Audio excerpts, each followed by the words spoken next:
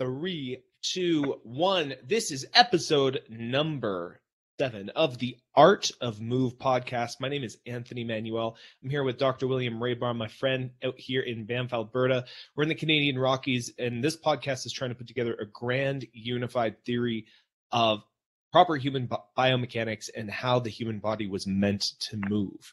And because we're kind of doing grand unified theory style in this podcast, what you're going to notice if you've listened to a lot of our other episodes is we have a lot of concept overlap, because we're not trying to break down each individual part of the body and say how you should or shouldn't use it. We're not trying to say that there's one particular way of training that'll get you super jacked or super athletic. We're literally looking at the human body as a whole and defining principles about proper movement and biomechanics that are observed universally. And so when we're discussing these principles, there is a lot of overlap, but we're trying to create broader context and deeper awareness by going into a lot of different areas. Yesterday, for example, we did a hypothetical debate where I defended positions of conventional weightlifting, like things like heavy squats for sprint performance. I tried to defend, a lot of end range conditioning for tissue development, while Will defended movement efficiency. And again, we're coming from a place that has a few fundamentals that we always want to come back to. We operate under the idea of a rotary model. So rather than moving in a linear way with your spine stiff and your upper body rigid, we subscribe to the idea of the spinal engine. So your spine is actually an engine of movement. And you can see that, Will, in one of our other episodes, pulled up this awesome video of a dude who didn't have any legs and was using undulations in his spine to locomote in a forward direction. And that kind of was like, if this dude didn't have legs and legs and hips were the only prime movers of forward locomotion, this guy couldn't, in theory, move forward. But he was emulating a spinal movement that's also seen throughout all of nature. So we talk about a rotary system. We talk about the patterns of how your foot is supposed to move when you step, and the sort of core functions of the human body that, Naudi Aguilar talks about this with his functional pattern system, and we've kind of agreed that the 4 principal functions of the human body, or the 4 most fundamental functions of the human body, are to stand, walk, run, and throw. And if we optimize our movement efficiency for these particular patterns, then everything else kind of falls into place. We have less tissue degeneracy. We have more, awareness and just general well-being in our body. And we want to talk more a little bit about conventional ideas about how people train their bodies. And we want to dive deeper into, lifting and this idea that as a forward locomotive animal, this animal that is meant to move forward. Human beings are forward moving creatures. We have eyes in the front of our head. 90% of our movement is just walking in space in a forward direction. Unless you're one of the ATG guys and you're doing your backwards steps with the sled, or you live in China and you do backwards walking because it's a cultural thing. We move forward in space. And so we're looking to understand the principles on how to optimize those in the most universal ways. And we're going to talk about why conventional lifting and some other areas of conventional training violate some of the principles of how you would optimize for this, and how it can even cause long-term degeneracy and really damage your movement patterns. So that's sort of the broad overview that I want us to come into. We're 7 episodes deep, and I swear to God, every episode could be 10 episodes because we cover so much ground, right? But I want to lay that foundation always, and we always want to come back to this idea of universal principles within human. Very important to know that we're operating on a different map here, where the spinal engine, basically the fluidity and the movement through the spine, and the idea that we are forward moving creatures and should prioritize forward movement instead of up and down movement or pressing movement or pulling movement in the sagittal plane. This is something that kind of flies in the face of strength and conditioning culture for the however many hundreds of years it's been studied and practiced. So we're going to dive into it a little bit more, and specifically I want to talk about the idea that while we are forward moving creatures, most training is what, we reference Goda a lot. Goda is the greatest of all time actions. They're a subset of trainers that sort of observed these universal principles and figured out really, really great patterns within human movement. They call lifting a reverse gear movement, and it trains your body and conditions your body in reverse gear. We kind of covered this a little bit in the last episode, but Will, I'd love to just hand this off to you. If someone is like, what the hell do you mean I'm lifting in reverse gear? What are you going to explain to them? Well, if your hips are in front of your spine, so if your hips move in the forward direction and your spine is moving backwards, you're in a reverse gear. You know this because if you just pop your hips forward, your spine backwards, your body's going to fly backwards. Okay? This is what happens during an Olympic lift. An Olympic lifter will accelerate his hips forward. He is jumping up, like kind of going in that jumping direction, but the spine is moving backwards, hips are moving forwards. If you were to let go of the bar, you're going to fly backwards. So the question is, are you encoding that into your movement if you're doing it all the time, right? My hypothesis is yes. If you're doing it at a high neurological drive during, let's say, weightlifting, and any up and down movement pretty much has, or any movement in one plane pretty much has that characteristic where your hips are accelerating forward and your spine is accelerating backwards. Even kettlebell swings, how they're done conventionally, okay? So in running, you're always leaning forward, or any good runner you'll see in the Olympics, they're all leaning forward because they're going in the forward gear.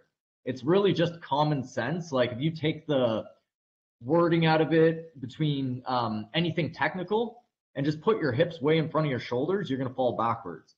You put your hips behind your shoulders and you're going to fall forwards. So it's just, what do you want to pack an engine on? Let's say your hips are in front of your shoulders, and naturally you would fall backwards because of just the position, but you have to run forwards, and that's what your nervous system has defaulted to because you've, been in a chair all day, been in that position for 10 hours at the office, or have done that position repetitively in the gym. Hips must be behind the rib cage in order to move forward with less resistance. That's my claim.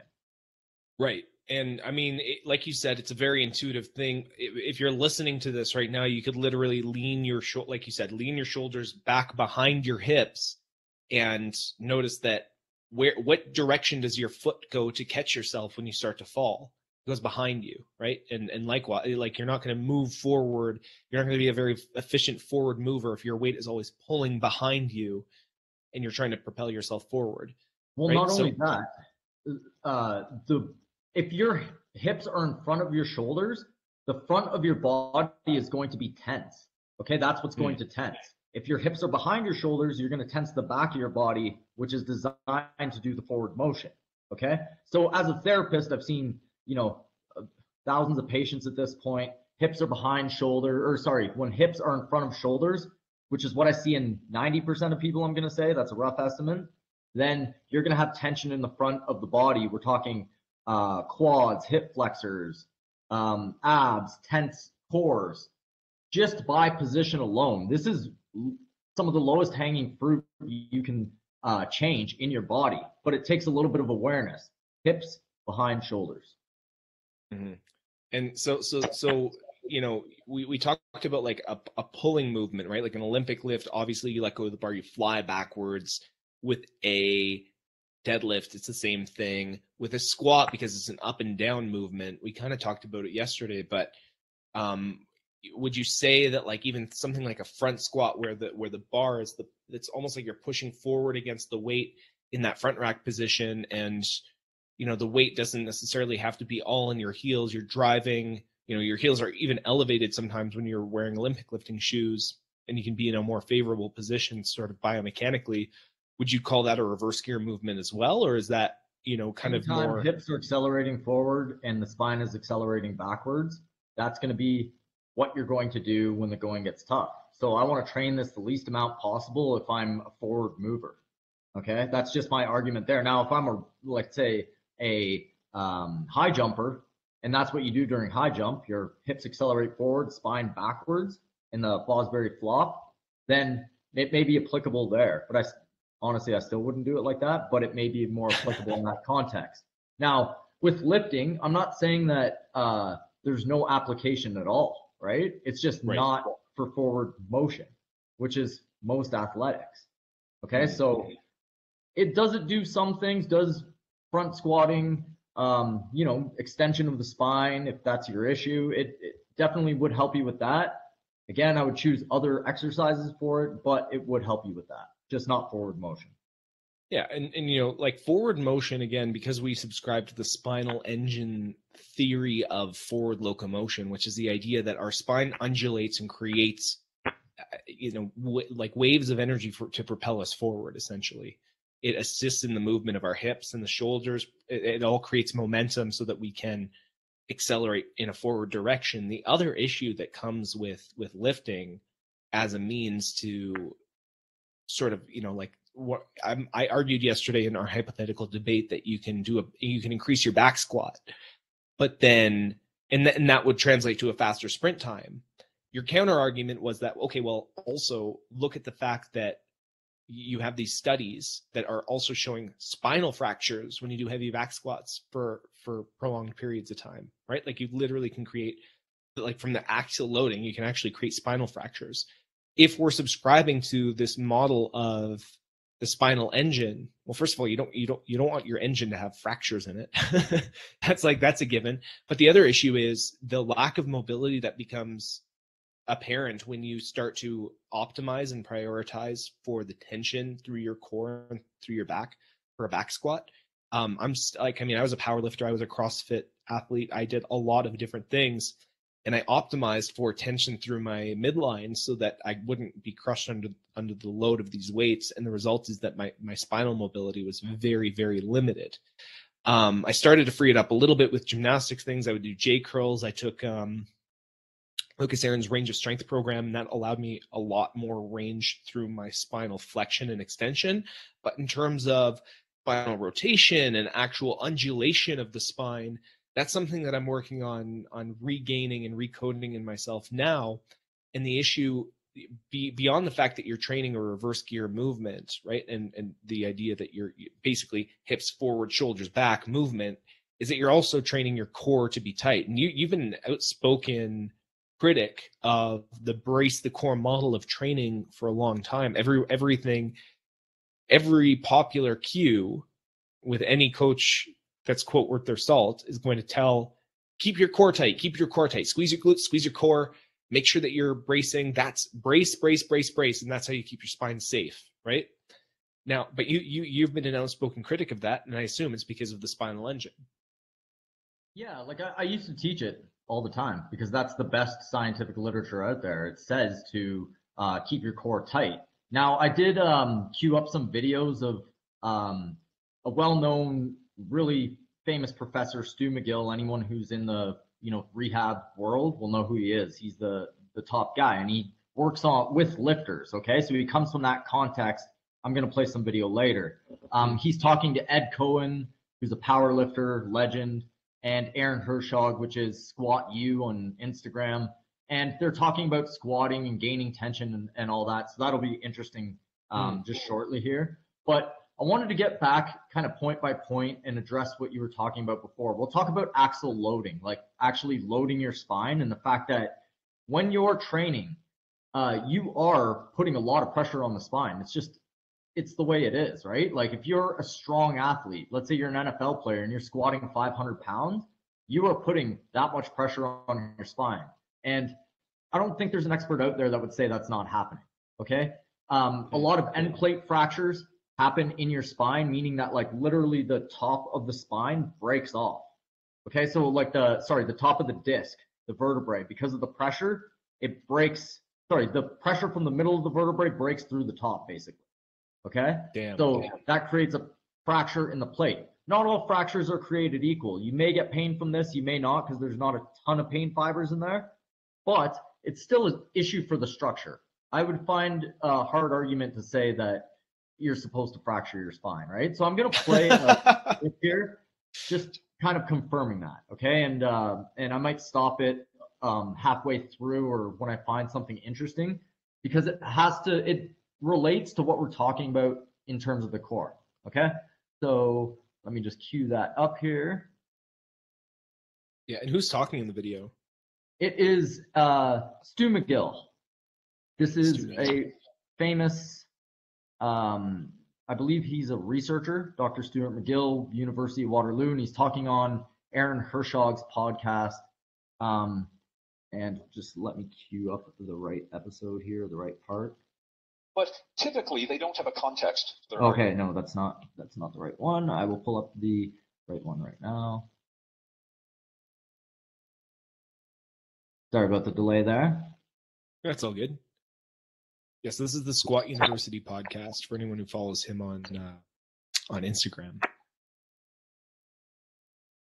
Unfortunately, I one of them marked the wrong one, so I'm sorry about that. I cannot share that. But basically, that's all good. That's all good. Plate fractures, and it was the same thing as yesterday. He's confirming the end plate fractures in lifters and how the pressure from the spine pops through the end plates, and it's very common in powerlifters. Okay, so that's basically what happens there, and that's not supposed to happen. Not a good thing. So that alone, to me, takes out extremely heavy lifting. Some people have solved this by single leg squats, like Mike Boyle, who's another famous current rehab guy, or I shouldn't say rehab guy. He's a strength and conditioning / rehab guy. Famous. Lots of great athletes work with him. Single leg squat. Yeah. Okay, that's how they solve it. And that just reduces the amount of axial loading or the amount of loading period. Are they using dumbbells at the side kind of thing? Yeah, they're holding dumbbells at their side, and that'll mitigate the top-down stresses of the spine. So at least they've gone that far. So, I mean, right. A guy like Mike Boyle doing that will argue with the bilateral squatters all day, and they're having their own internal arguments over what way is the best to train. But either way, they all come from the camp of core stiffness. They don't embrace any rotary model at the spine. They say the spine has to be dead straight. And they look at it in a lifting context, a lot of people, or that's how I looked at it before. I solved everything with how lifters looked at the core. Okay, but my hypothesis now is that running is not the same as lifting. So if you want to rehab a lifter, then you would do the core bracing activities that, you know, a Mike Boyle or a Stu McGill would say is the way to go. If you want to rehab a runner, I'm going to argue that you must include the spinal engine or it's a waste of time. And that is the side-to-side motion and rotations that happen because of that motion in your spine. That's a natural mechanism of forward movement. And if you don't do it, you will suffer the consequences of not having the natural engine work. Mm-hmm. And so the reason that we've kind of looked at spinal engine as a viable thing is, well, first of all, by watching either A, slow motion video of really good athletes, B, observing the way that human babies locomote. So like when a child is learning to crawl and eventually walk, you see there's a tremendous amount of spinal undulation. We've pulled up videos of that before.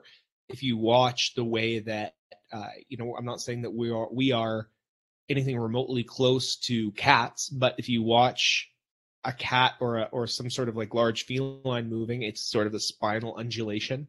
Animals in general and creatures in nature in general use their spine to locomote forward, and you can observe this in many indigenous cultures as well. When indigenous cultures are running, there's a tremendous amount of spinal movement and movement through the shoulders, not just they aren't bracing their core, right?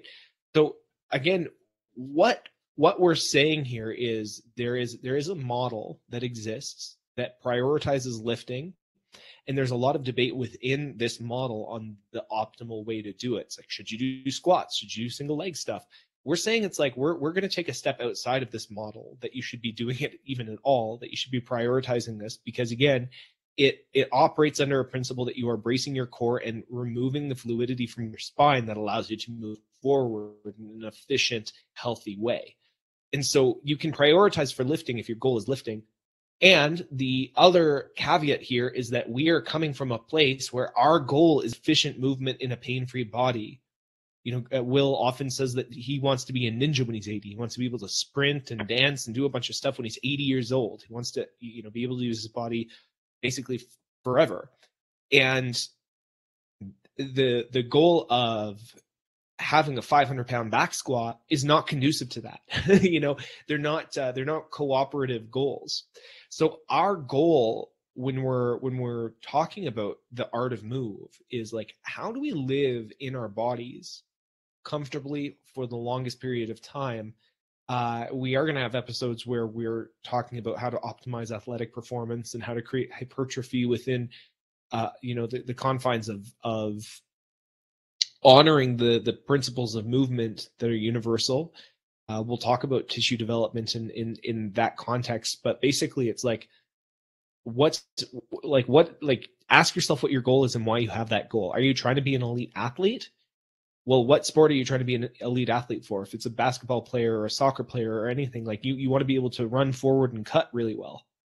You're not going to run forward and cut really well by doing a bunch of back squats or power cleans, right?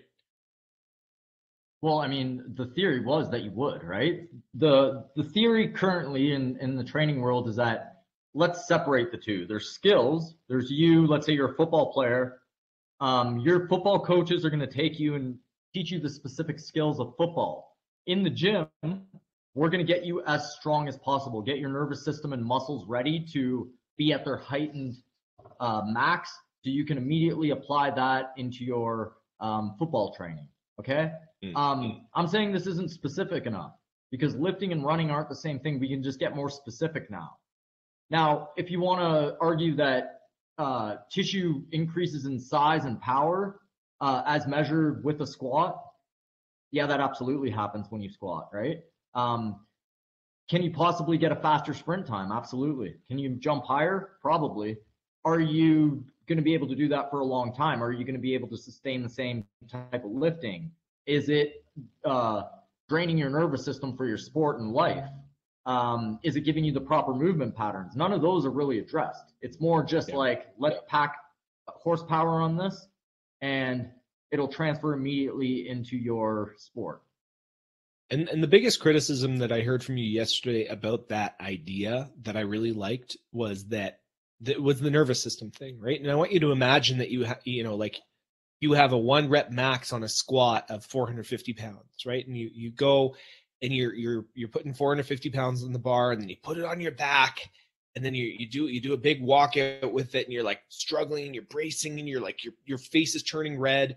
The signals that are going to your nervous system is that when you are in like an absolute emergency situation, or when you need to call on, like, you are optimizing for that pattern, right? So if your ankle bones are collapsing, we've talked about like the damaging effects of having the inside of your ankles collapse.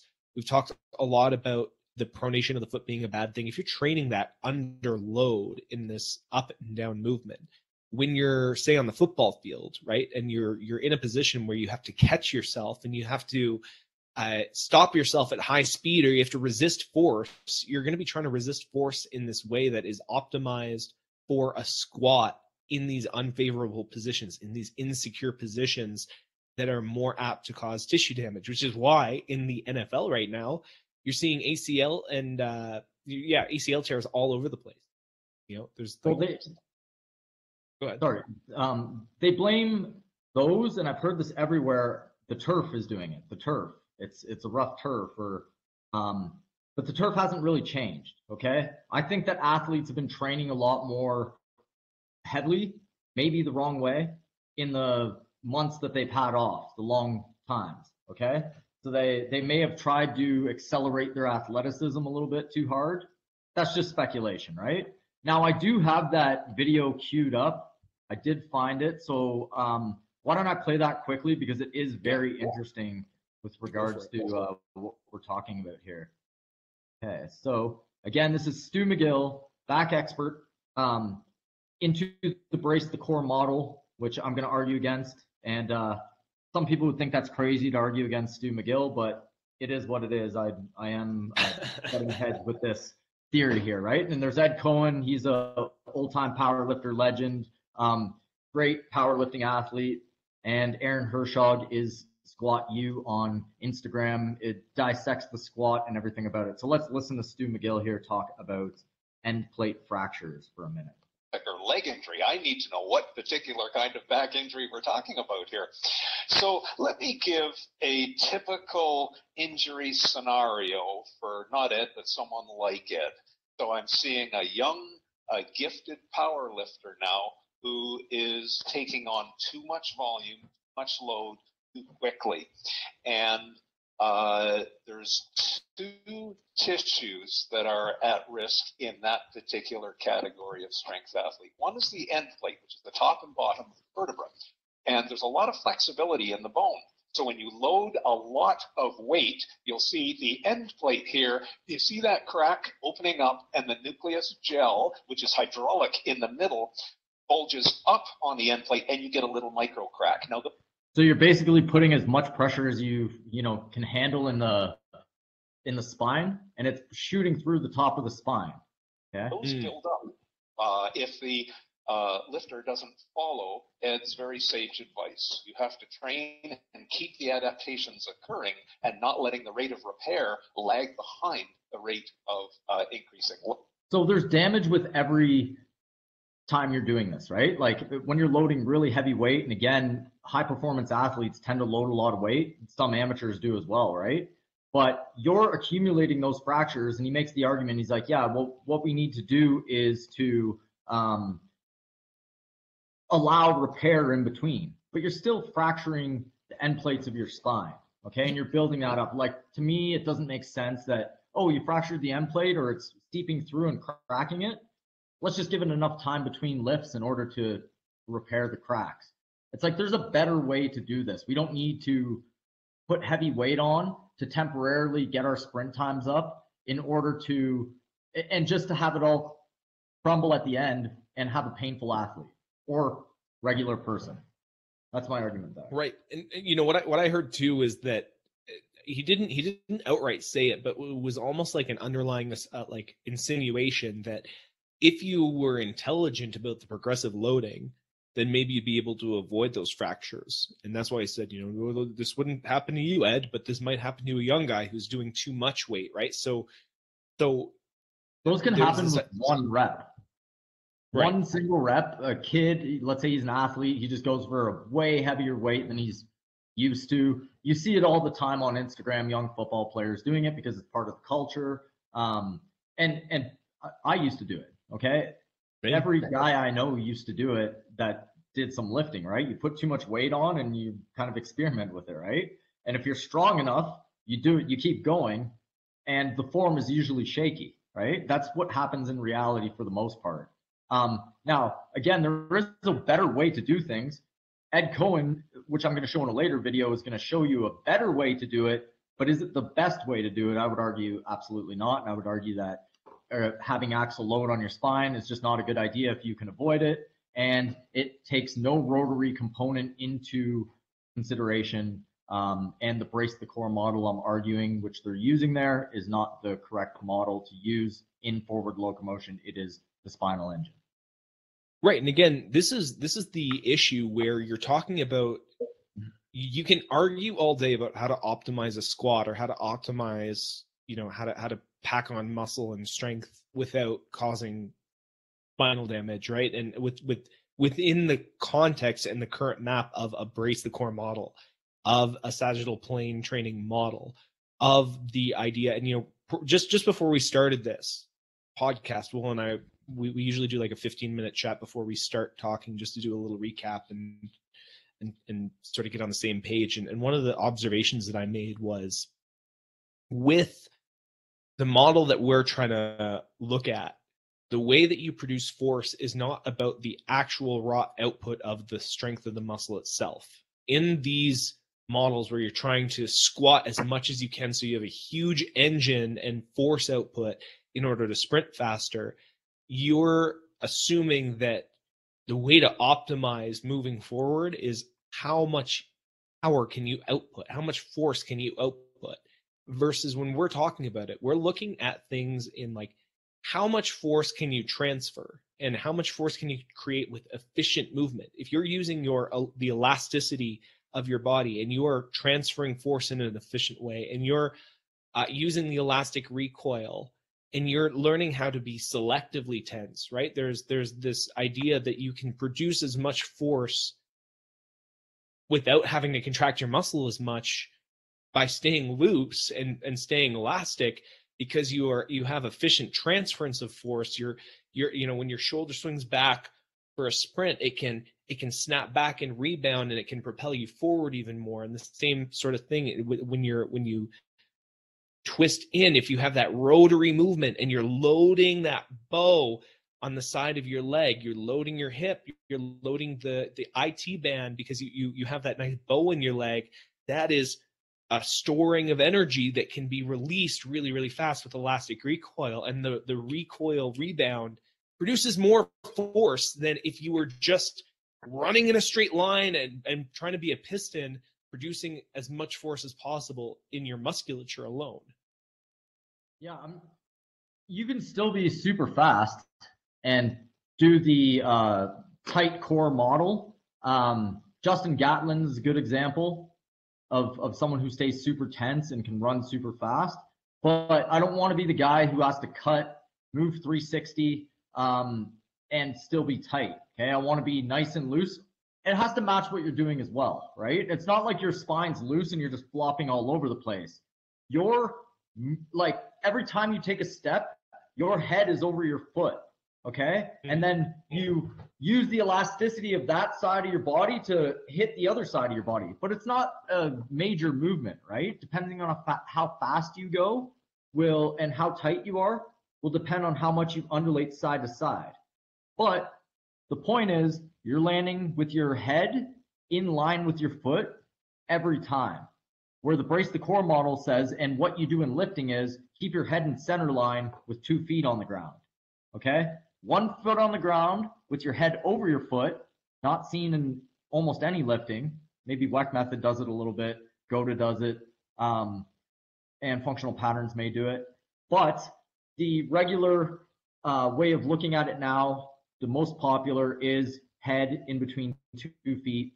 Nobody out there I see even recognizes the spinal engine, because it destroys the brace the core model. And the brace the core has been the model for so long.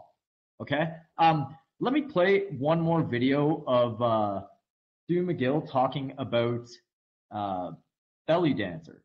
Okay. And this is more along the lines of therapists and pain, I guess you can say. But notice just the thought process here behind what he's saying. Okay, so I'm gonna play that. I'm the worst at sharing the screen. There we go. Here. Okay, so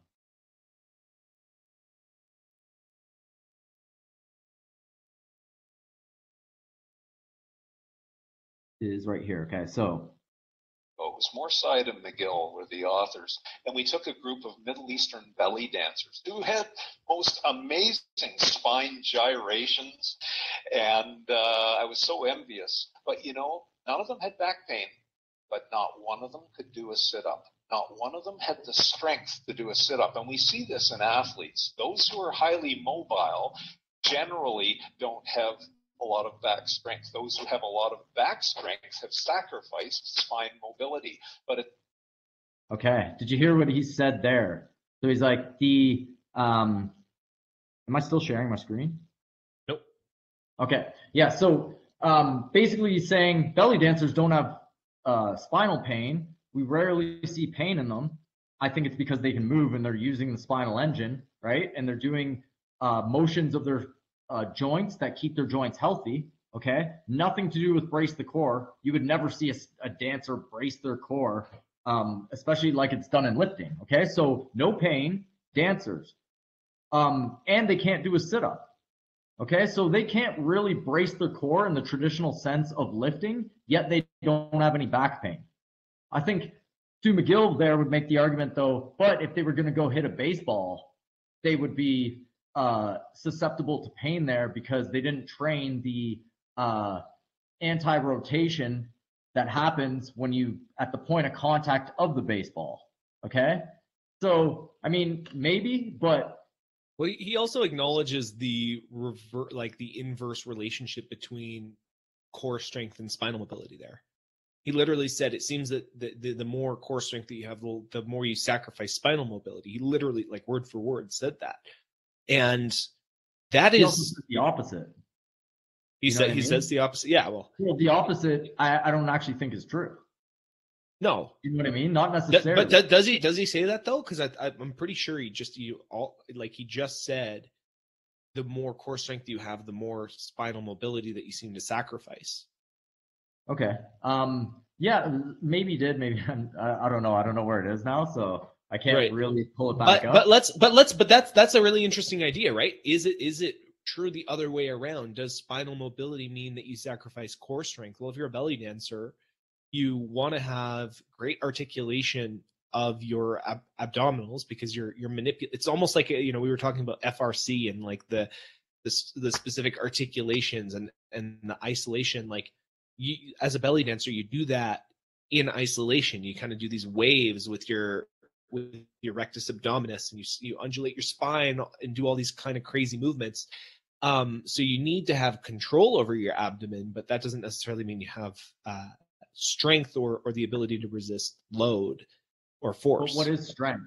What is, like, their measurement of strength is done with probably a traditional lift, or how long you can hold your core up. Actually, I've taken Greg Cook's functional movement assessment. I know they're friends. It's much like you're holding a sit-up position, but your back is slightly angled backwards, and you see how long you can hold that position, and that calculates the strength of your core.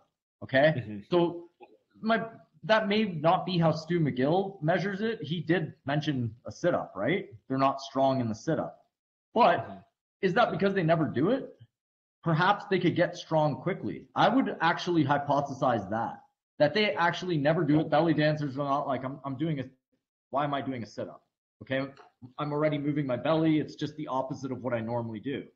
Okay, so I think that if they actually trained it, they would get strong quickly. That's my hypothesis. Especially an elite level belly dancer probably has amazing core awareness, and strength would just be getting the nervous system on point and doing it for a couple months to get the muscles ready. I would predict that. I was always of the camp, because I came from a powerlifting background, and I was like, well, how do I define strength if I want to get stronger? Well, strength is your ability to produce tension, which translates to your ability to produce force, right? And that's true to a degree.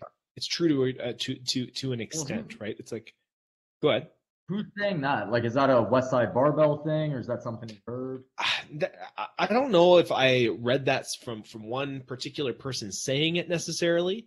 It kind of felt like a composite of ideas that, like, in order to, like, basically, what's the guy who does gymnastics bodies? Well, like, even Pavel Tsatsouline, the Russian powerlifting coach, his whole methodology is based around how much tension can you produce in your body, right? So tension equals force.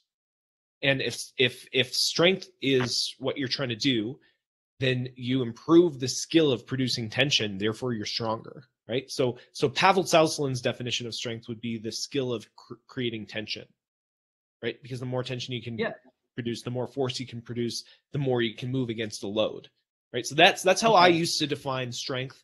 And it seems still like, for me, it's like, that's actually a pretty reasonable means of defining strength, is the ability to produce tension, to resist load, and produce force. I would say that's traditional strength, because in movement, that's not the case.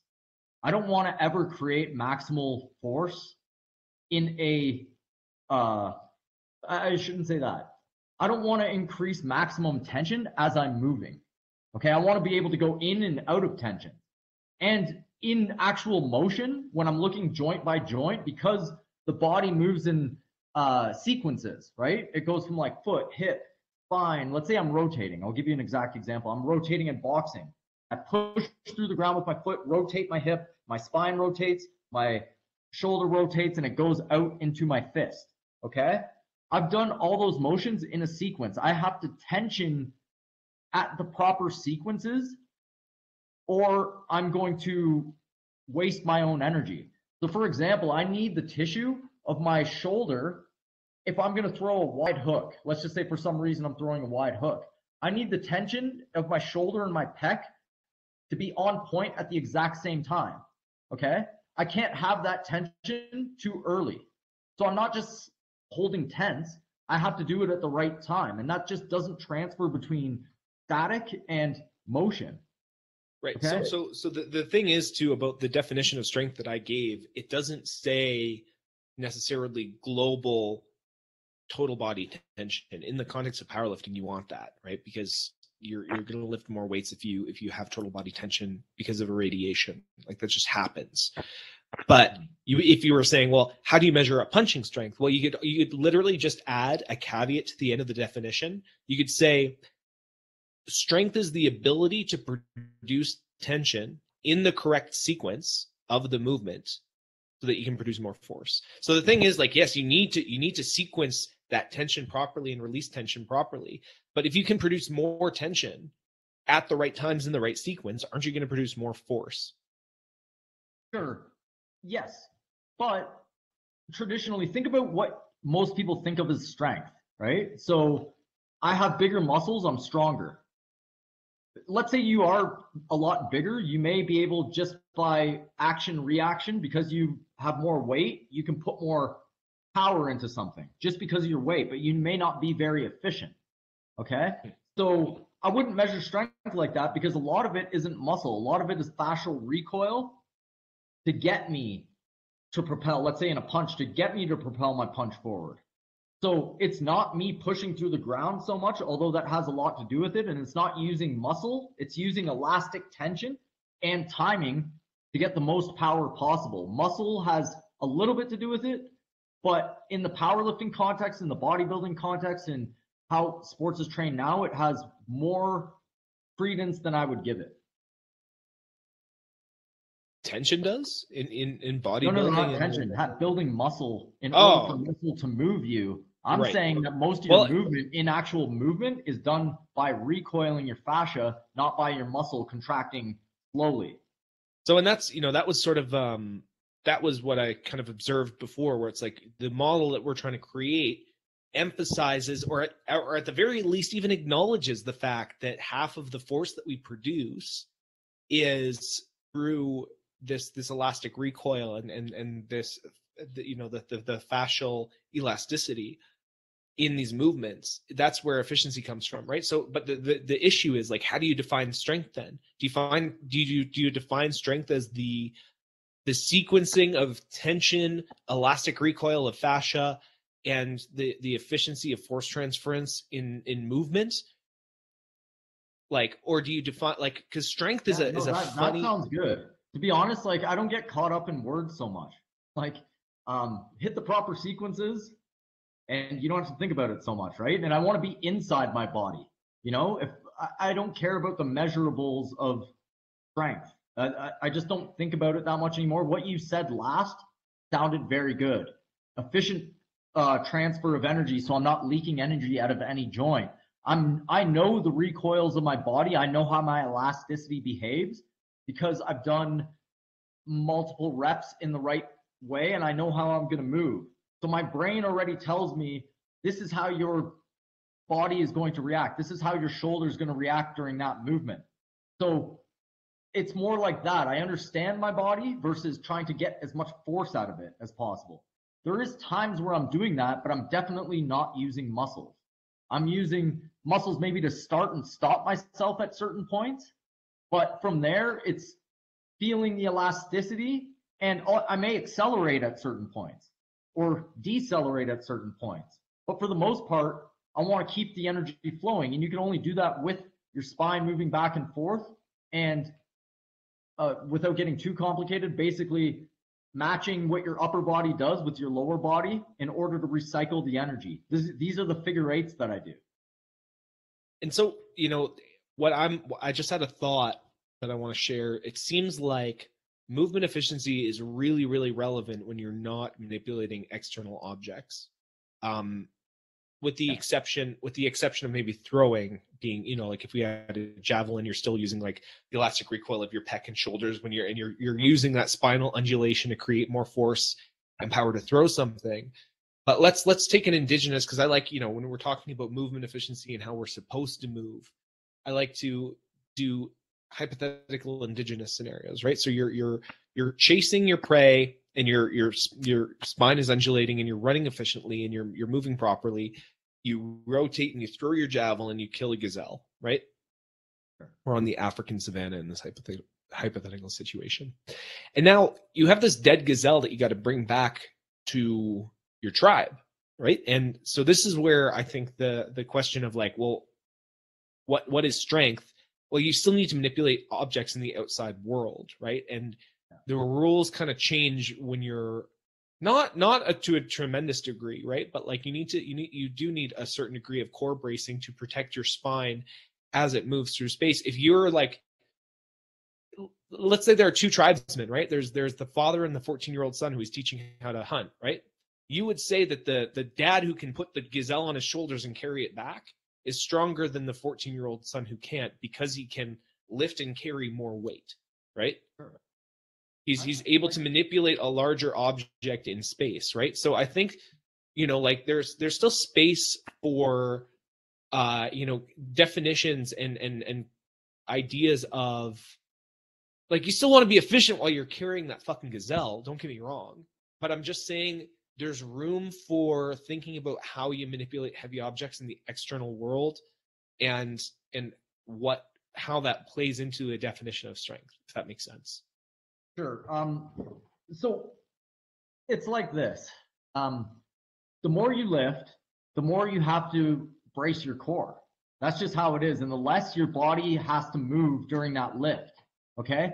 I literally can't move other than in a straight plane if I'm lifting 500 pounds. Okay? So the more you lift, the more you have to keep your core tight, and the more you have to, the less you can actually move physically. Okay, especially if you're lifting external objects. Now, you should be a master at doing this. Okay, you should know how to lift. And in fact, I may play a video here because this is Ed Cohen. This is one of the best lifters ever, okay, for his body weight and size. And he's talking about what he does in order to lift and how he uses clues or cues. And a lot of it is actually overlapping with how I work. The difference is, I'm not going to brace my core all the time because I never do that in real life. I never brace the core on purpose. Okay, I might have a spike in activity in my muscles because I, walk over something or jump over something, but I'm never like bracing my stomach or my. So I guess that's where my hypothetical indigenous scenario broke down, right? Because a gazelle weighs anywhere between 26 to 165 pounds, right? Usually if you hunt down a big gazelle that's 165 pounds, you got two guys carrying it, split that load up, you got 82 and a half pounds that they're each carrying. You don't have to brace your core that much to carry, for two men to carry a gazelle. You don't have to brace too much to carry, a younger gazelle that strayed away from the tribe, right? We never really, I guess, indigenously would be in a situation where we're carrying more than 150 pounds, right? And like you said, the more you get up to like when I'm in like that 200, 300, 400 pound range in deadlifts, my core gets tighter and my movement becomes more specialized and in this groove. They talk about technique in powerlifting a lot. It's like you want to be in the groove of this movement pattern, and you don't want to move out of that movement pattern at all, and it's linear. And I guess and again, that's I guess that's where my strength thing breaks down.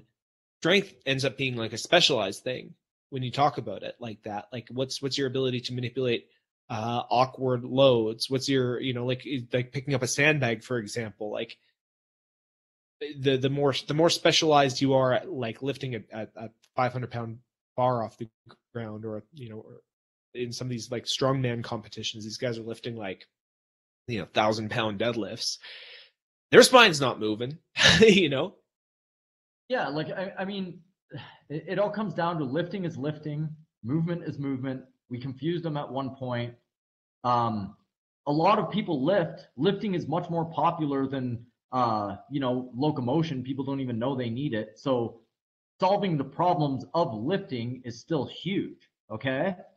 It's not really an interest of mine anymore, but it is huge because people are still going to do it, whether it's optimal for, future movement or not. So there is immense value in knowing how to lift. So let's listen to Ed Cohen here. Again, legendary power lifter. He's talking about how he gains tension, and a lot of it is similar to what I do. So I'm going to play that and we're going to figure it out here.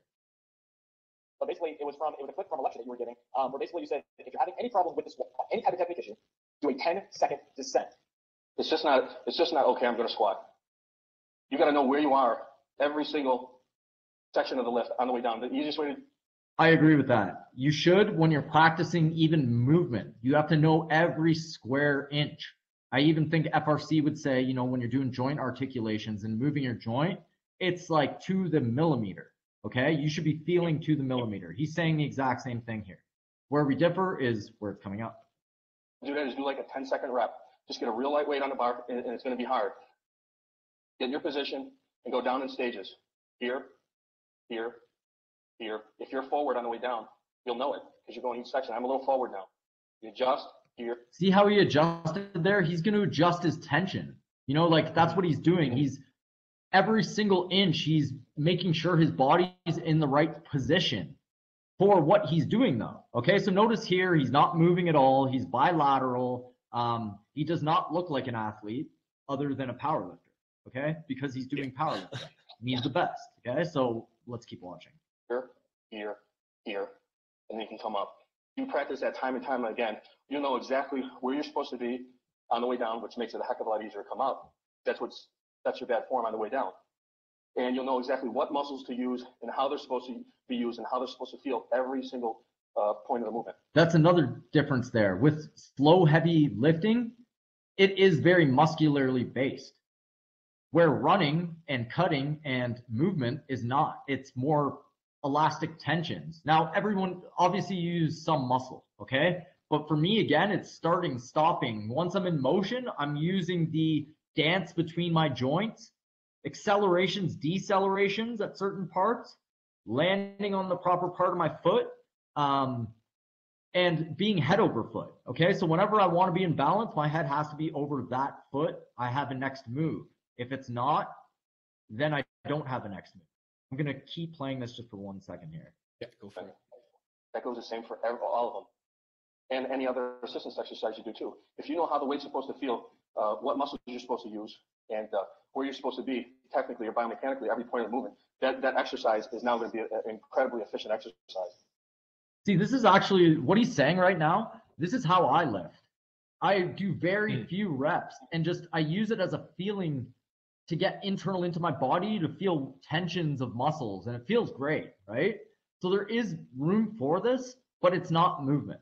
Okay, so yeah, again, I don't know where the confusion came in. I think it's literally these guys have the strongest cores. We need strong cores for movement, so let's do what they're doing.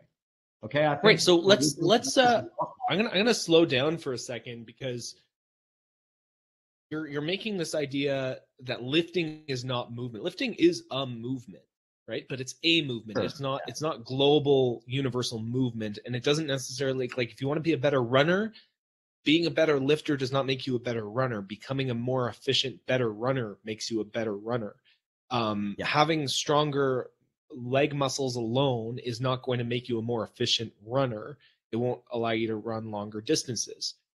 But lifting is still a movement. And you also said you should know how to lift, right? You should know how, like within the context of a moving practice, how, like assuming that you, okay, let's say we have a person who's brand new to training, like this kid who has never stepped in a gym at all and has been listening to our podcast.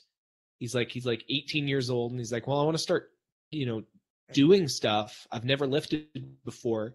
So he doesn't know how to lift exactly. Like you and I can basically not lift at all for the most part. And we can still know how to lift efficiently because we've done it for years. We can brace our cores at the appropriate time. We can have really good, effective form. We can be in the good positions so that we're not going to injure ourselves. But someone who doesn't have that, still needs to learn it to some degree, right? And, you know, while you and I have deprioritized lifting large in part, I minimally prioritize lifting in my life anymore, just for vanity reasons, really. Like, it's literally just vanity. I just want to look a little muscular. You know, but it's like, where it used to be 100% of my training, now it's maybe less than 10, right? Now, like, I'd say 95% of my training is movement efficiency and pattern training, and trying to get stronger in efficient patterning. And trying to figure out interesting ways to load these patterns and how to improve my spine undulation. But what role does lifting have in a movement practice in your mind? I mean, very basic. Okay. So right off the get-go, I do think people should learn how to lift. You know, this squat, hinge, push, pull, carry, all those things, they're still important. You still have to learn them, but they're pretty basic. Okay. Now, is the deadlift the best way to teach a hip hinge? Probably not, to me. Not a super low or super high heavy load is definitely not the best way to hip hinge, but it's a way to hip hinge. Okay. So it can still be used. It's fine, right? But I want to stay within the math. I want to stay within the joint angles that I've described so many times. Okay. That I just don't have time to do it the other way. I feel like I'm decoding my nervous system and making my nervous system less clean. To me, it's behaviors, right? Don't forget that that's the mind switch there. I'm trying to encode myself with the behaviors of landing and leaving, okay? In a gait, in a run. And I'm mimicking those positions as my strength work, okay? So it's different than lifting weights, although I can add a weight. Like, sometimes I do add weights, but it's very minimal because that's not my goal. If my goal was more aesthetic and to get bigger muscles, then I would do that, right? So it's goal dependent. Mine is cleaner, faster, more efficient movement. And that's what I'm training for. Now, with regards to strength, I just thought of something from before. When we were talking about strength, most people think of muscle, packing on muscle. I actually want to make my tissue more, I want to have more understanding of where it is in space. So that's more brain training, let's say my shoulder in a throw. I want to know exactly to the T of when my fascia is stretching out, so I can recoil it and time that with my pulse of my energy. Okay. So I also train, that's the neurological end. Two, on the strength end, let's say, taking my pec again, because it's an easy example, I practice having my pec stretch while keeping safe position of my shoulder, which is external rotation. Okay, so I might grab a weight and let my pec stretch with like 4 or 5 pounds, just swinging it. Okay, and that is over and over going to build the tissue there. So I'm getting it from the tissue end, I'm getting it from the nervous system end. I combine the two, and that makes my movement more efficient. But the size of my muscle isn't exactly going to change because I didn't program that. Right. And so it's funny that you brought up deadlifts too. You know, is the deadlift the best way to train a hip hinge? Someone who, I forget who I was talking to, but they brought up the point that, like, when you bend over to grab something, it's very rarely that you have like this pronated grip with your hands, that you're lifting something. Like, you never like lift a box off the ground with your palms facing towards you. It's always either, you know, in a neutral grip, or if you're holding like a TV or something you're carrying like a big box with someone else, you always have this supinated grip that you're lifting something off the ground with, right? The barbell is exactly what you'd want. If you were a mover of some kind, and to make everything easier, like, let's say you were super strong, right? And you have like a 200-pound fridge to move, and you would want a barbell like grip to move it efficiently. Do you know what I mean? Like, the barbell actually is invented to help you out, to move weight, to make it even. But in real life, that never works out. Like, if I was to train quote unquote strongman, it would be more with awkward objects. Okay. Yeah, like Atlas stones, sandbags. Tons of value in that. You have to know how to lift properly. Must know. I've already done that, so for me, it's less of a priority. If you haven't learned it, learn it. Lifting heavy objects taking a month or two to focus in on that, but for me, it's not really a priority.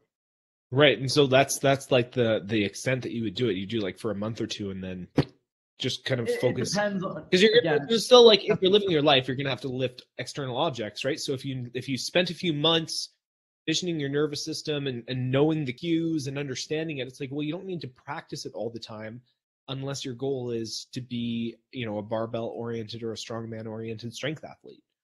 Yeah. So that's, ultimately what we're talking about again is prioritizing certain goals. The goals that we're prioritizing is efficiency in movement, elastic recoil of fascial tissue, and not necessarily hypertrophy as in the growth of the muscle, or strength, which in my mind is like the ability for the nervous system to provide tension in innervated muscles, right? So that's because that's, when we were talking about strength, like for me, it was like, well, how can you increase the output of motor units? Not like how can you increase your neural drive to create more tension and more force throughout your body. That was strength training for me for a long time. That's what I tried to optimize for. And I did optimize for it. I got strong as shit. You got strong as shit. We were both really, really strong. But I would say my applicable strength, like measurement of, squatting, deadlifting, bench pressing, overhead press, although I was less strong with that because my shoulders were just messed up from a young age. To even get in that position was tough. But traditional, measure my strength, it's way higher than it is now, okay, in the traditional measurement. Can I move my body? Would I be able to move my body as well back then? Absolutely not, okay? Now, I had different variables. I wanted different things. I wanted to be better at CrossFit. I wanted to be strong. I wanted to have bigger muscles. Now, I could do that now with the knowledge I have and still integrate it into what I'm doing and quote unquote be in the math, have the right joint angles as I'm lifting and doing things. However, it's not a priority for me anymore. It's all about movement efficiency in my world. However, this may not be your world, so there is still value in lifting, although I would do it in the math and lift forwards, not up and down, because when you lift up and down, your hips are accelerating forward, your spine's accelerating backwards. This is not what you want to do during a sport. Let's address another aspect of squatting, deadlifting, and the normal, strengthening gym activities that athletes do. Another aspect is the fact that you have to drive your heels into the ground to a large extent. And this makes sense in lifting. In lifting, you want to drive your heels into the ground because that's the strong part of your foot. To me, the heel now is like a kickstand. I want to rest on it, but I want to do my business. I want to do my forward locomoting and my movements with the weight on the 4th and 5th metatarsal, okay, funneled into that area. It funnels into that area when my ankle bones are high automatically, okay? So I'm off to the races already.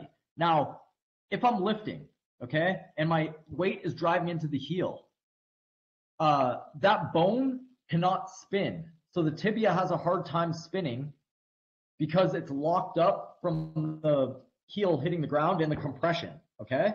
Now, not a big deal when you're lifting in one plane, but when I have to move forward on the next step, like let's say a basketball player who's stopping abruptly to do a jump shot, or a football player who's abruptly stopping to evade a tackle and needs the split second to do his maneuver.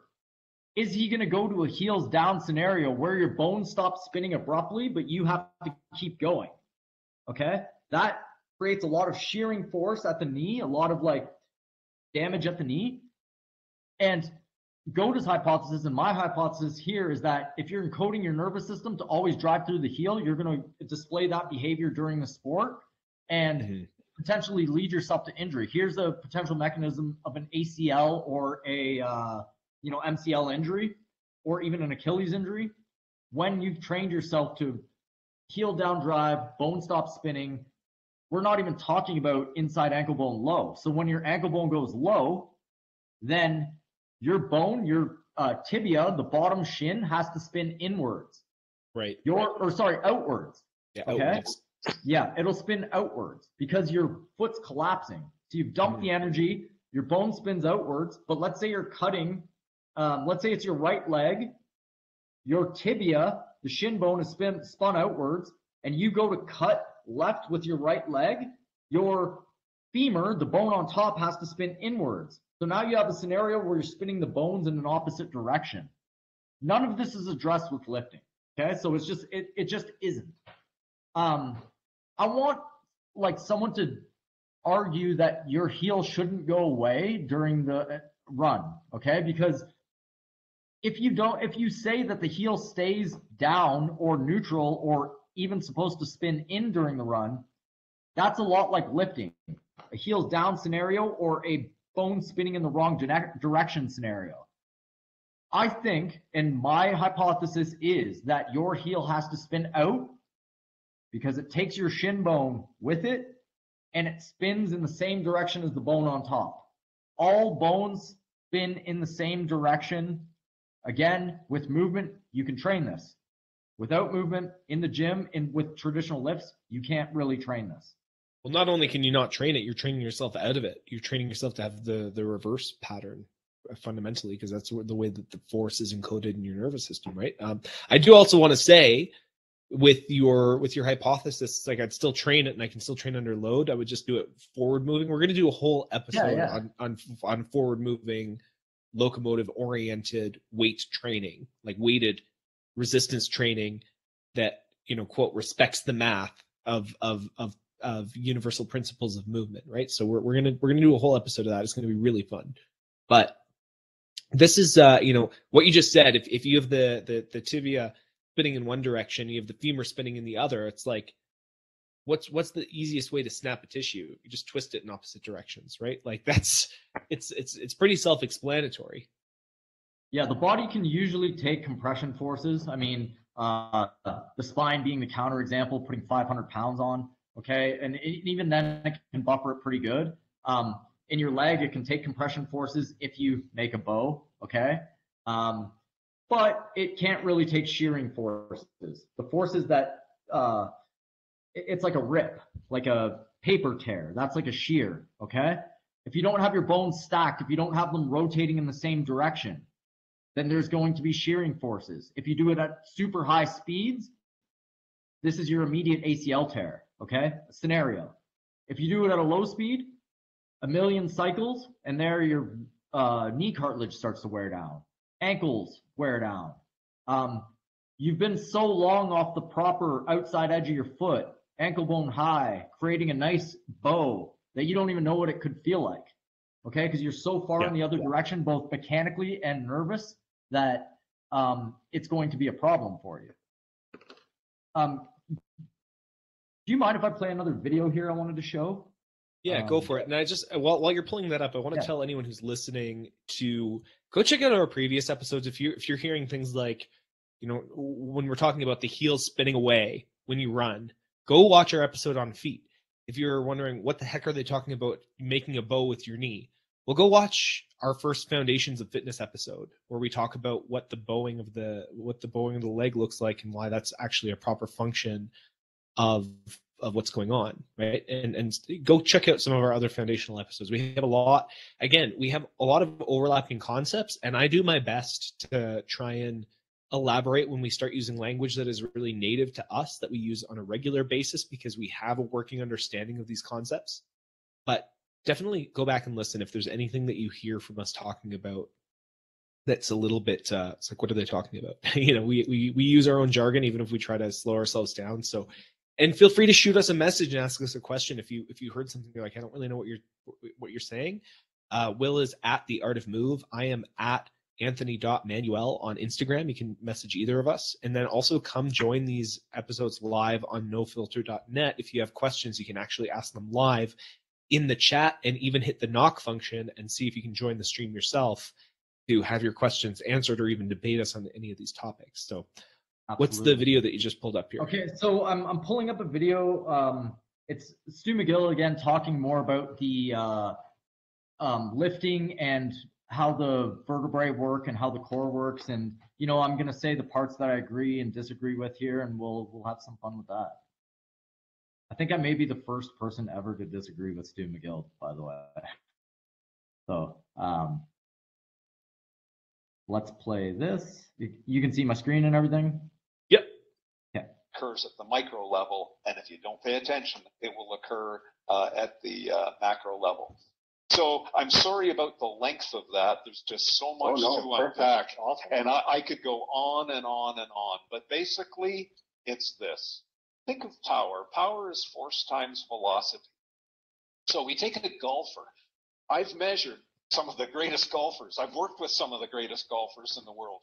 You know that they don't try and hit the ball with muscle. Have you ever tried to hit a golf ball a long way and you muscle it? It doesn't go very far because muscle creates stiffness when it contracts. But the great golfers uncork the ball, they store elasticity, and then when the ball impact occurs, there's a pulse through their body. You know, Bubba Watson, he leaps into the air with ball impact. That's that stiffening pulse. Others, they rip. You know, I have to be careful. I'm under a lot of confidential.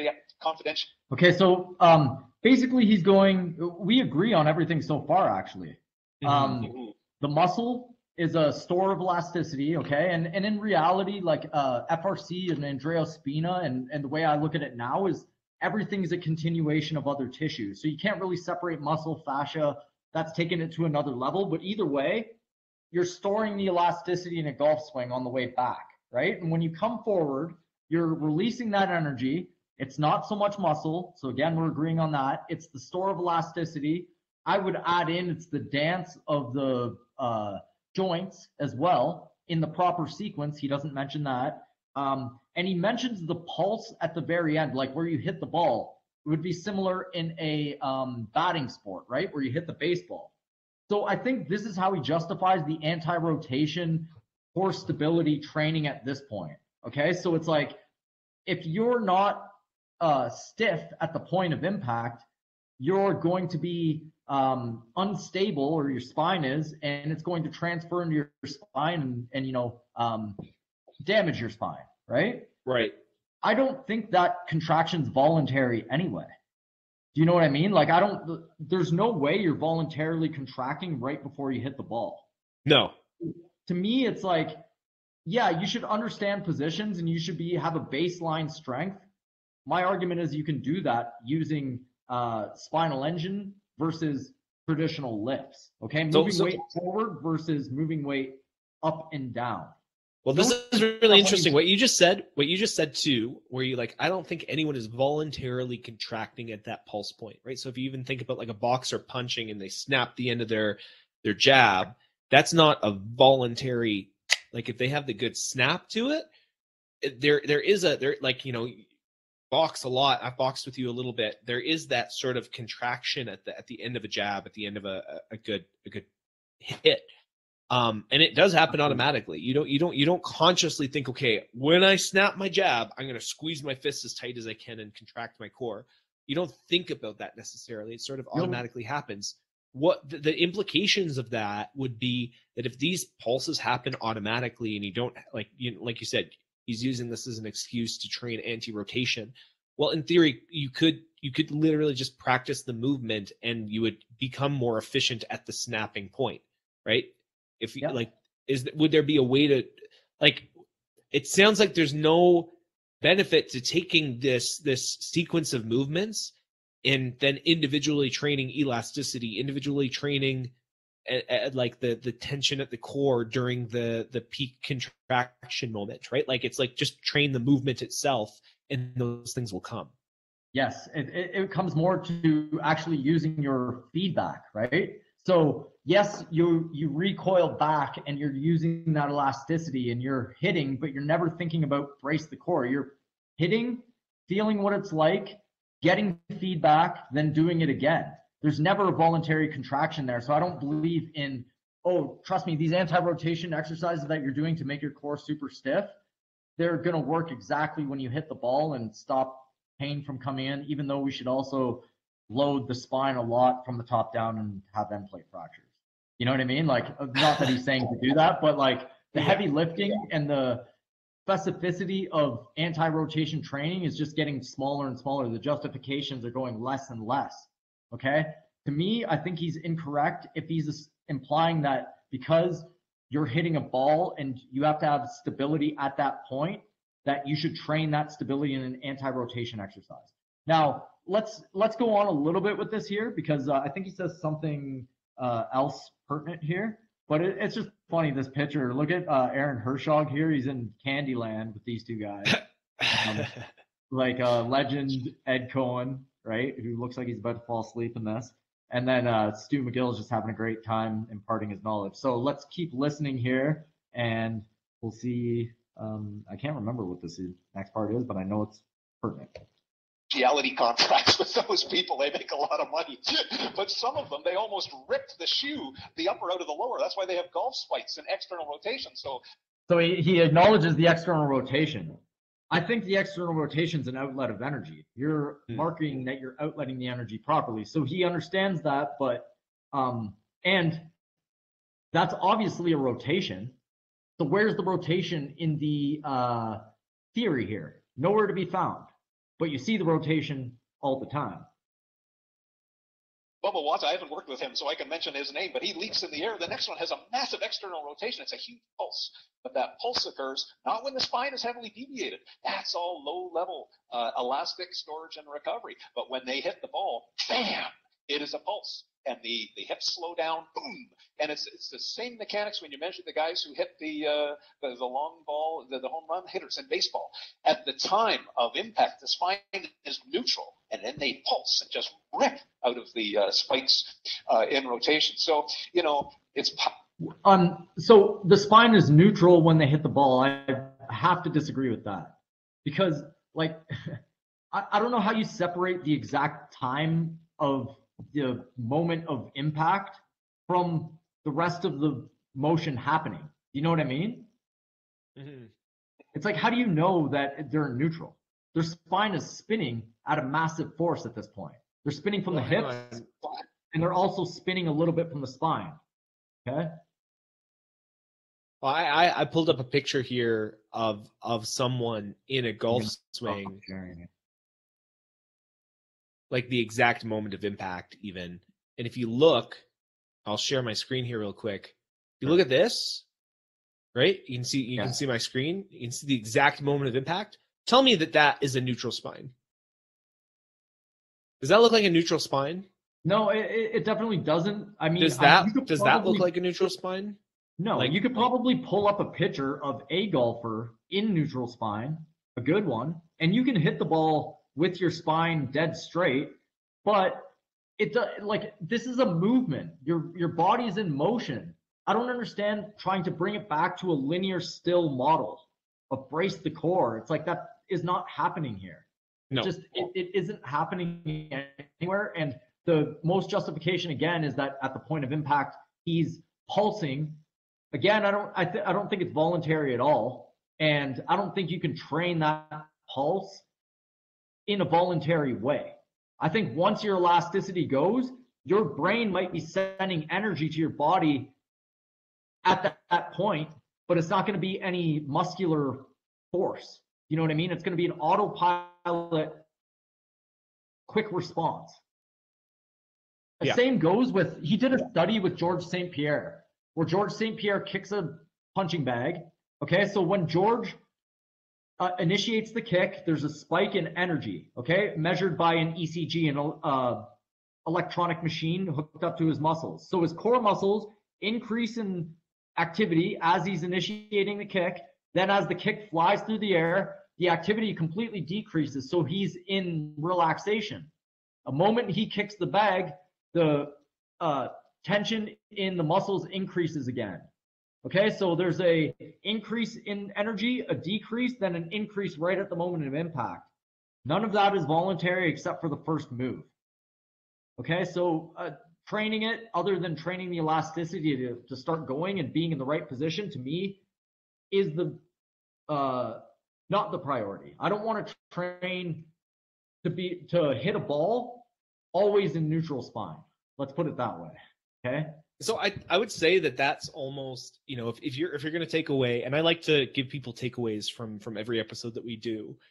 The big takeaway core thesis of this episode in my mind, and you can correct me if I'm missing anything or if you have a different thesis altogether, is that you shouldn't be focusing as much on bracing your core, and you should be focusing more on improving the efficiency of the spinal engine and the elasticity of your tissues. The more you improve your efficiency of movement, and again, this is where we're moving away from trying to just grow big muscles and gain strength in a conventional way in these patterns that don't have any transference to real life movement. And we're focusing our practices and our training around creating more efficiency of movement. When you lift, it is typically in a reverse gear because your hips train to go forward past your shoulders. Like if you look at an Olympic lifter, their shoulders always go behind their hips because they're pulling backwards. If you let go of a bar, when you're pulling a max deadlift, you're flying backwards, not forwards. And most movements, even if you're doing an up and down squat, you're still training that hips back to hips forward movement, and you're ingraining that in your nervous system. The other issue that we kind of covered here is the more that you brace your core, the less spinal mobility that you have. So the more that you specialize for these strength sports, the sort of barbell training stuff, the less movement that you're going to have through your spine, and the more trouble you're going to have with that force transference, and the less efficient you become overall total. You do need to know how to lift effectively and safely, but it's probably not optimal for any human being to optimize themselves to be lifting 300 plus pounds. I would say, like you can still learn to do that in a safe way. But after you've spent a few months learning how to lift safely, and you've learned the cues and you've ingrained it in your nervous system, prioritizing the efficiency of movement, specifically gait cycle, i.e. how to stand, walk, run, and throw as efficiently as possible, are going to respect the natural biomechanics and elasticity of tissues that you want to optimize for really good movement for your entire life. You don't want to train yourself out of elasticity. You don't want to train yourself out of having slack in your body so that you can remain loose, limber, and elastic. That total body tension and that core bracing, again, reduces the slack and the ability to produce elastic recoil throughout your body. And that's really, again, we're trying to build a new map. So we're saying less brace the core, more elastic recoil, more spinal movement, rip that spinal engine super, super hard. If you're going to be doing resistance training, focus on forward locomotive, pushing weight forward, as opposed to, lifting weights up and down or in the sagittal plane, essentially. Did I miss any core thesis from this particular episode? First off, that summary was beautiful. Okay, that was all-encompassing, really. But a couple more points I wanted to address, and just the first one here. The current model is that, and this is the one I used for a long time, your hips are going to do the work. So your low back is transferring the energy, and then the rotations will happen in your thoracic spine. Now that's kind of true on a swing, okay? And a swing, and sports like that, where you have to hold tight. Now it's not exactly true, because in that golf video you saw, they still bend their spine, right? But you do, for the most part, twist your hips and transfer the energy into your thoracic spine, your rib cage, and that transfers out into your hands. Okay? That is true. However, when you're running, you can't just hold that low back tight. You have to let those rotations happen because, again, the properties of a rod, of the spine, Dr. Lovett, early 1900s, engineer, says your spine, whenever there's a curve in it and you bend it, you side bend it, like you see in golf, like you see in running, like you see in batting, the hips and the shoulders will counter rotate. There is your elasticity to swing the bat, okay? Your obliques are positioned angularly to take advantage of this position. Now, I've heard Stu McGill in the past say that he couldn't figure out what basically the, I can't remember if it was the abs or the obliques, but they're not for flexion. He said that, okay? To me, it's an obvious mechanism of recoil. Because again, your spine is bent, you side bend it, opposite happens at the shoulder and hips, like a twisting doll that recoils back. You can use this in running. You can use this in swinging sports. You can use it to your advantage because it's there for free energy. But if you don't let your spine move, If you lock it up, like brace the core, like anti-rotation, you're going to miss half the battle. That's really what it comes down to. Okay. Do you mind if I play one more video? Yeah, I got about 5 minutes before we got to wrap up, and then we can. Okay. So I just wanted to play this video to lead into like a topic that I want to do in the future, and that is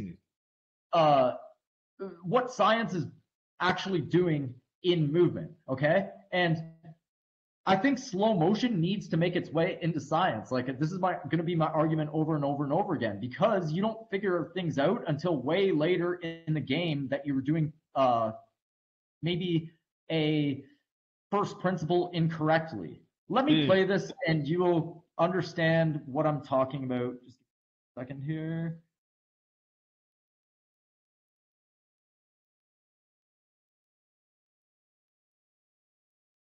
Okay. And by the way, because we are live on No Filter, I know we got Stephen Luker here. We got Tamia or Tamia. I'm not really sure how to pronounce your name, but we got a few audience members in here today. If you guys wanted to ask questions, we have the chat box open. We're going to be sticking around for the 5 minutes. And then in the future, if you ever hit the knock button and you want to come on, ask questions, or even debate us, please do that on nofilter.net when we record these live. Okay, I'm going to play this, and it'll be about 30 seconds. He's going to talk about the issues with science in movement. His studies of people flexing a lot. I've mentioned our studies on iron workers, etc. The next part to this is really a lesson in the history of science and how when you have an exposure and then a delayed effect, it takes a lot of years to prove it. I'm going to use smoking. Literally, the tobacco industry was able to kill people for a lot of years. No one could nail them down on it because they would always say, well, my uncle smoked for 2 packs a day for his whole life and didn't get cancer. But wait a second. It took about 20 years of epidemiological studies of groups of smokers and then some longitudinal trials to put the nail in the coffin, as pardon the pun, that smoking causes lung cancer because of the delay. Back issues are exactly the same way. So if you lift with poor form, as Ed mentioned, it catches up with you.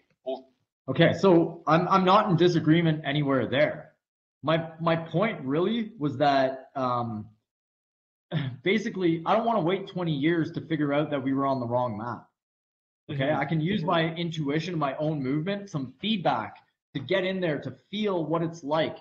I'm gonna put all the best theories into test in my own practice, and I do it daily to a high degree, and these are the conclusions I came to. So if you disagree, just keep that in mind, that I do have a daily practice and I do keep most theories in mind, or almost all theories in mind, and I come from the camp of brace the core myself. Okay, yeah. So I've tested it and I just found a better way to do it, and I think it's the spinal engine. Okay, so he mentioned 20 years. Why not just look at the tape? It's immediate. Okay, so like I can literally look at the tape and be like, it's not saying what the theory's saying. So can we like maybe use the tape in a scientific sense? If not, right. And this is like, and that's the idea of being able to draw new hypotheses, not from existing data and existing conclusions from other sources, but being able to have a novel source of information, the novel source not being other academic papers, the novel source being watching footage of actual human movement and developing a new hypothesis, right? So you can look at the Art of Move and the podcast that we're doing as a new hypothesis for movement that is just kind of making its way on the scene now. There are very few people in the fitness industry who are talking about this in this particular way. Like we said, WEC method might be, Goda definitely is. Functional patterns might have certain ideas about it. He definitely, is in the anti-barbell camp at least. There's a handful of people who are talking about this because it's a brand new map and it flies in the face of a lot of a current academic structure, which is forming its hypothesis within its own framework, right? So it will form new hypotheses based on other academia that is being built on the same map. And this is why we're trying to take a different approach, and we're having discussion about another possibility altogether. That's why, even guys like Stu McGill, who is an extremely well-respected research scientist and back specialist, we might disagree with him. You know, because we're forming hypotheses based on new information that is outside of the realm of academic study.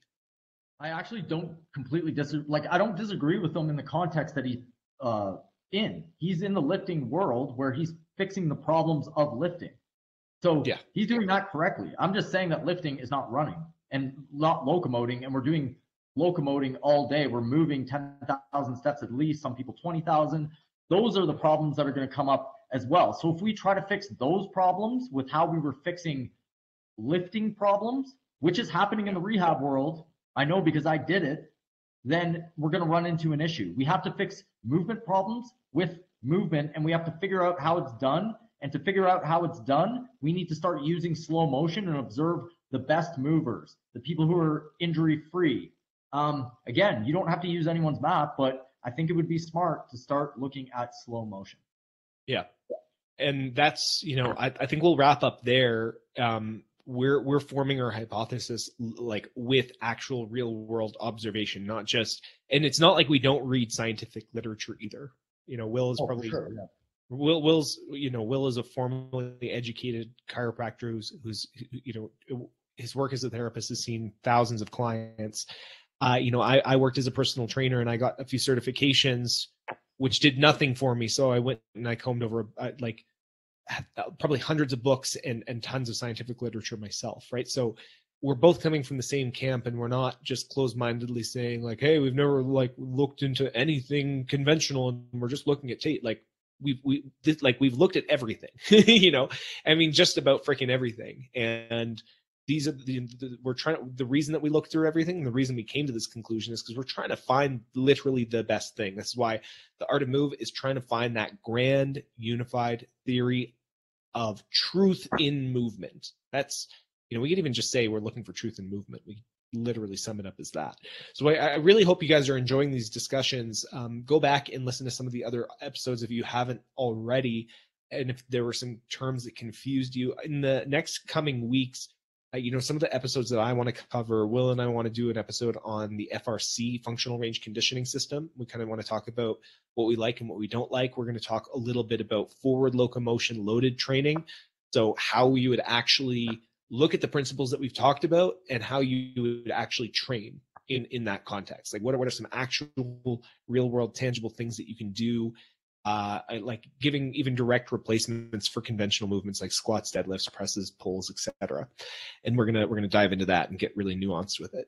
We honestly, the thing about Will and I is that we get together and talk for 5 hours at a time anyway. So, you know, it's even hard to just cut this off in an hour and a half because I have to get back to work.